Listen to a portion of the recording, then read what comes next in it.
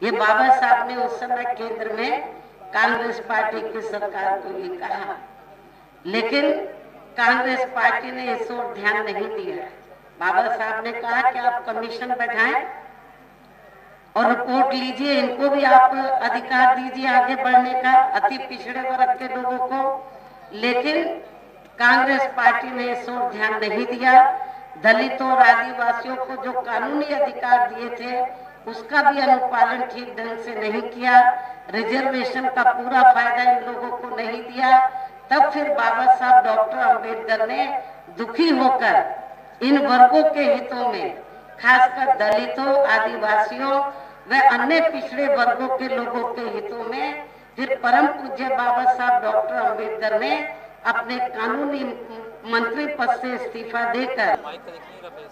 अपनी दोनों पार्टियों के उम्मीदवारों के समर्थन में मुझे सुनने के लिए यहाँ इकट्ठा हुए हैं। तो उसके लिए मैं आप सभी लोगों का हार्दिक दिल से आभार प्रकट करती हूँ। और अब मैं चुनाव के संबंध में सबसे पहले ये कहना चाहूंगी कि हमारी पार्टी व सहयोगी पार्टी मिलकर आपके छत्तीसगढ़ प्रदेश की सभी विधानसभा की सीटों पर पूरी तैयारी व दमदारी के साथ ये चुनाव लड़ रही है, जिसमें सफलता हासिल करने के लिए अब मैं आप लोगों का ध्यान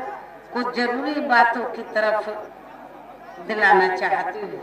और इस संबंध में सबसे पहले मैं आप लोगों को ये कहना चाहूंगी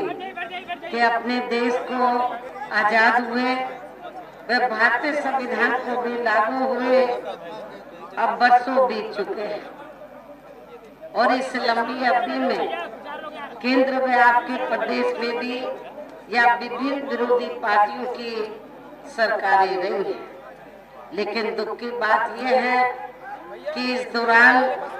जहाँ सभी विरोधी पार्टियों की रही सरकारों में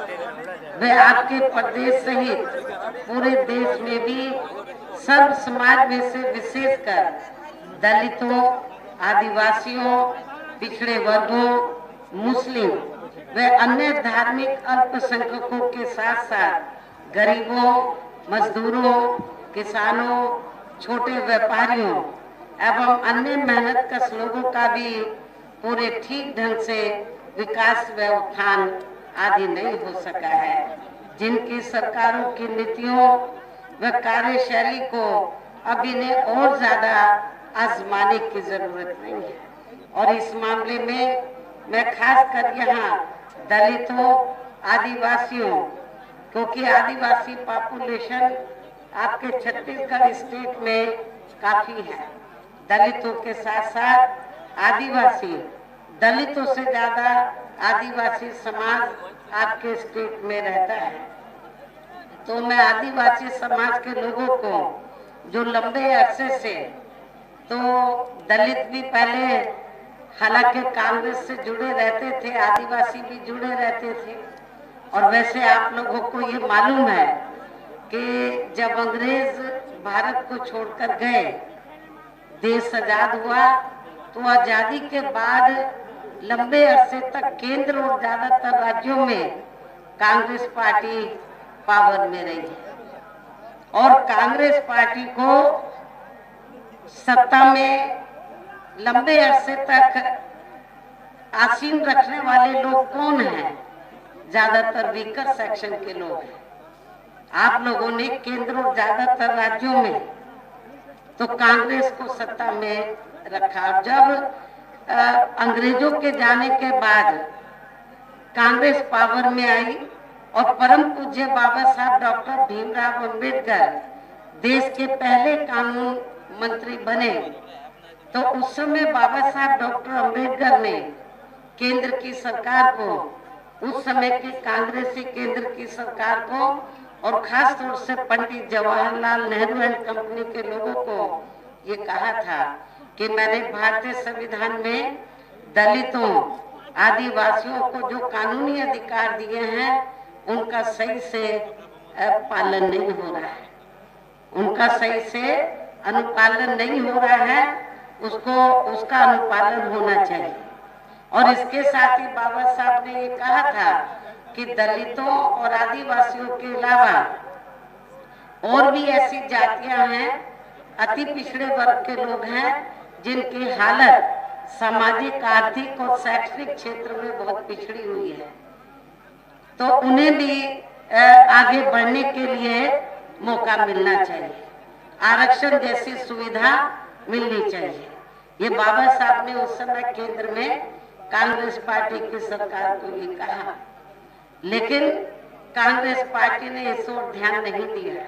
बाबा साहब ने कहा कि आप कमीशन बैठाएं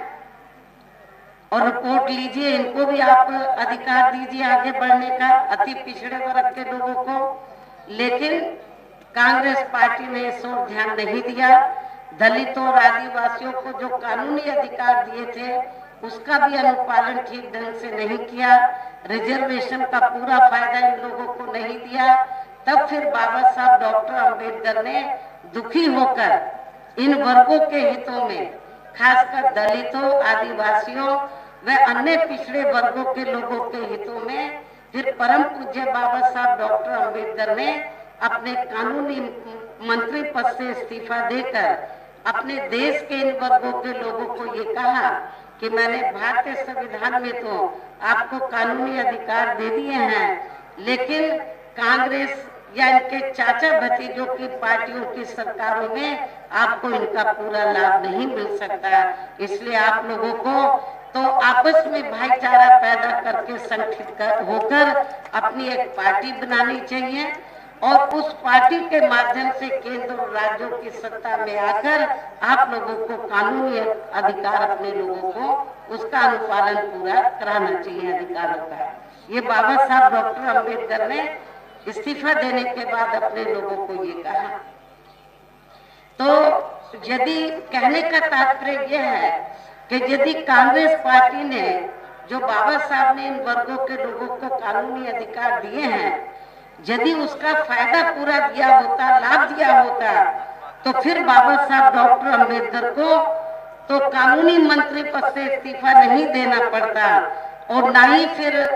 परम पूज्य और ना ही फिर हमें भी बहुजन समाज पार्टी बनाने की जरूरत पड़ती।